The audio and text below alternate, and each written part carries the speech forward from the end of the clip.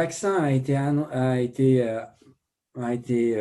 perçu par tout le monde et par également les marchés financiers comme une très très bonne nouvelle. La bourse de Paris a explosé. Tu as parlé tout à l'heure de Bois Immobile, donc ça m'a rappelé un peu les cours de bourse. Et en fait, finalement, ça va venir. Quelles sont les inquiétudes liées à ce vaccin et on l'attendrait pour quand? Mais écoute, moi, je ne suis pas ni virologue ni infectiologue, alors c'est mon avis de cardiologue de Covidom. Ce qui est certain, c'est qu'on regarde, il y a quand même beaucoup de vaccins qui ont été arrêtés, hein. Alors ça, on n'en parle bizarrement pas, hein. Le vaccin chinois au Brésil, le vaccin de certaines firmes que nous connaissons aussi dans la cardio, qui a été arrêté pour des effets secondaires plutôt de type Guillain-Barré. Après, encore une fois, celui-là, c'est un tout nouveau vaccin, mais vous avez remarqué quelques petits trucs. Un, c'est vraiment un nouveau modèle de vaccin. Bon, c'est la première fois qu'on utilisera ça. Bon, il faut quand même voir le pour et le contre. Le deuxième chose, c'est qu'il doit être stocké à -80. Donc, vous doutez bien que son déploiement va pas être très simple. La troisième chose, c'est que pour de toute façon l'avoir, il faut qu'il soit fabriqué. Et vu le nombre de gens à vacciner pour avoir les 80% de couverture vaccinale, non pas qu'en France, mais dans l'ensemble du monde, vous doutez bien qu'il faudra au moins 18 mois. Et enfin, la dernière chose, c'est qu'il faut qu'il donne une immunité dont on ne sait pas combien de temps elle va durer et dont on ne sait pas si elle sera suffisante. Donc, ça fait beaucoup, beaucoup, beaucoup de questions. Et de tout miser sur un vaccin, si j'étais à la bourse, ça m'inquiète parce qu'on n'aura pas l'effet tout de suite. Et d'ici là, soit on aura trop de dettes et l'économie sera effondrée, soit le système de santé aura implosé. Alors, c'est sûrement bien pour nos enfants, certainement. C'est bien quand nous serons à la retraite, certainement. Pour l'instant, moi, je reste toujours un peu dubitatif, c'est d'autant plus que il y a deux petites nouvelles que vous avez peut-être entendues. La première, c'est qu'il y a des variantes du virus. Donc, il faut être sûr que le vaccin marche sur ces variantes. Et ça a été celui qui l'a bien mis en avant, c'est Raoult. Et le deuxième truc qui est important, c'est que vous avez vu qu'en Hollande, enfin aux Pays-Bas, ils ont tué tous leurs visons parce qu'ils faisaient de l'élevage de visons pour faire de la fourrure.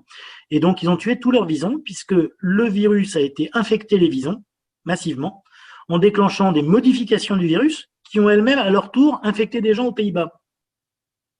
Donc ça, c'est vraiment, vraiment embêtant. Et puis, la dernière chose, c'est qu'en ce moment, il y a un peu d'H1N1 au Mexique et qu'il y a en même temps du H1N1 et du Covid. Je ne veux pas vous inquiéter, mais imaginez la contagiosité du Covid avec la gravité du H1N1, eh ben on serait embêté. Remarquez, on aurait pu avoir l'inverse aussi. Donc pour l'instant, j'allais dire, excusez-moi mesdames, il faut serrer les fesses, il faut s'organiser pour qu'au quotidien on fasse bien, mais comme on l'aurait fait si on avait une épidémie d'OAP ou une épidémie d'infarctus, on sait le faire, on sait le gérer. Par contre, ce qu'il faut, c'est qu'on donne la possibilité par notre gestion aux entreprises de retravailler. C'est ça qu'il faut. Et puis qu'on invente notre nouvelle vie et qu'on se dira quand on sera vieux, voilà, la grippe de 18, ils y avaient participé, la crise Covid, on y a participé. Prenons notre destin en main. Comment tu vois la troisième vague? Alors, tu as parlé de certaines régions comme Brest et Bordeaux qui n'étaient pas touchées. Est-ce que tu as une explication? Il fait chaud, c'est l'hydrométrie, mais ils risquent d'être très touchés pour la troisième vague. Quel conseil leur donner? En fait, l'idée, c'est que si on… Alors, je vais vous prendre une mauvaise comparaison. Mais si on prend la peste bubonique au Moyen-Âge, tout le monde n'a pas été touché en même temps, les gens ont été touchés progressivement. Et puis après, ça a tourné le temps que ça touche tout le monde. Et donc, en fait, le système, c'est un peu la même chose. C'est-à-dire que là, on voit bien la première vague, c'était que 2 régions. Puis là, on en a eu beaucoup plus. Et en fait, les régions qui ne sont pas encore touchées finiront par être touchées. C'est obligatoire, à un moment ou à un autre. Donc, si c'est pas la vague de maintenant, ça sera après. Et on pourrait presque le voir. Alors, c'est pas une bonne comparaison. Je suis pas épidémiologiste, encore une fois, mais ce qu'on pourrait dire, c'est que la vraie première vague du sud, de Lyon, tout ça, c'est maintenant, en fait. Avant, c'était que des cas induits par les gens, les Parisiens qui se sont bougés. Mais là, c'est leur première vague.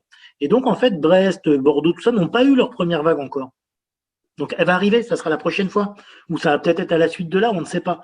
Mais en tout cas, ce qui est sûr, c'est que moi, j'ai qu'un élément à dire à tous nos collègues de l'Ouest, c'est que c'est maintenant qu'il faut se préparer. Il faut que vous tiriez bénéfice de l'expérience Île-de-France, Grand Est, ARA, pour dire qu'est-ce qu'il nous faut chez nous, des unités mobiles d'intubation Covid, acheter des optiflows, former les gens maintenant.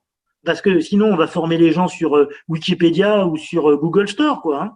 Faut voir ça. Hein. Donc, c'est maintenant que vous devez faire les choses pour être prêt. Si vous êtes prêt, ça ira.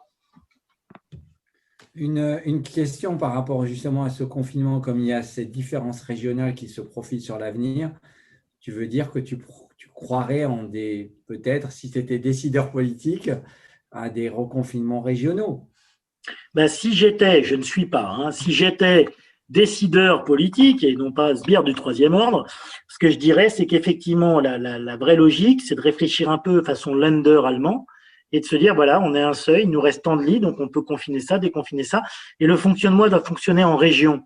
C'est-à-dire que ce qu'on voit bien, c'est que c'est, tu vois, à la limite, nous, quand on va être en dessous d'un certain seuil, le gain, en fait, est très faible, alors que par contre, là, Auvergne-Rhône-Alpes, ça l'est. Si on déconfine tout le monde au même moment, enfin, en voyant la carte, c'est pas possible.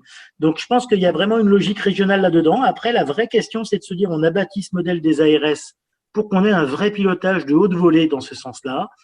Voilà, moi, ce que je vois, c'est qu'on a vraiment tous les outils de pilotage technique, c'est-à-dire de database, etc. On l'a, vous pouvez vous l'avoir, hein. C'est gratuit, c'est open source, hein. Et donc, la vraie question, c'est de se dire, bah, est-ce qu'on va réussir à passer ce cap du pilotage régional avec des vrais trucs pilotés par la science? Ben, je ne sais pas. Nous, on a la chance de faire ça par Covidom et de savoir en permanence combien on a besoin d'ajuster de volontaires, de cellules, de machins, jour par jour. C'est-à-dire que c'est un peu comme le système de caisse d'IKEA. C'est-à-dire que là, je vois qu'il y a un afflux ce matin chez les gens qui vont acheter des matelas. Comme ils passent plus de temps à acheter des matelas qu'à acheter des chaises, je sais que j'ai 2 heures pour appeler quelqu'un. Ben nous, c'est un peu ça. Et donc, quelque part, il faut avoir ce système de pilotage en région. Ça nécessite une montée en compétences, une montée en gamme, pas facile, parce qu'on est vraiment en période de crise. Mais je crois que c'est le moment d'être dans notre fonctionnement décentralisé, oui.